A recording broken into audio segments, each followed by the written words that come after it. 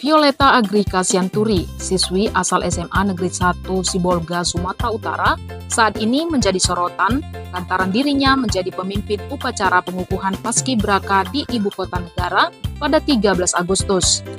Ia berkesempatan mewakili Paskibraka 2024 untuk mendapatkan penyematan rencana dari Presiden Joko Widodo pada pengukuhan tersebut. Violeta merupakan anak yang berprestasi di Paskibraka maupun di luar sekolah. Dia mendapat nilai tertinggi dari 74 peserta putri. Violeta bersama Paskibraka lainnya sedang fokus melakukan latihan persiapan pada 17 Agustus 2024 mendatang.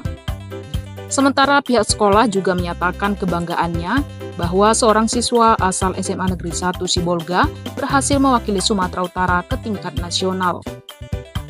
Violeta diketahui memiliki banyak prestasi baik di kancah lokal maupun nasional. Ia juga aktif mengikuti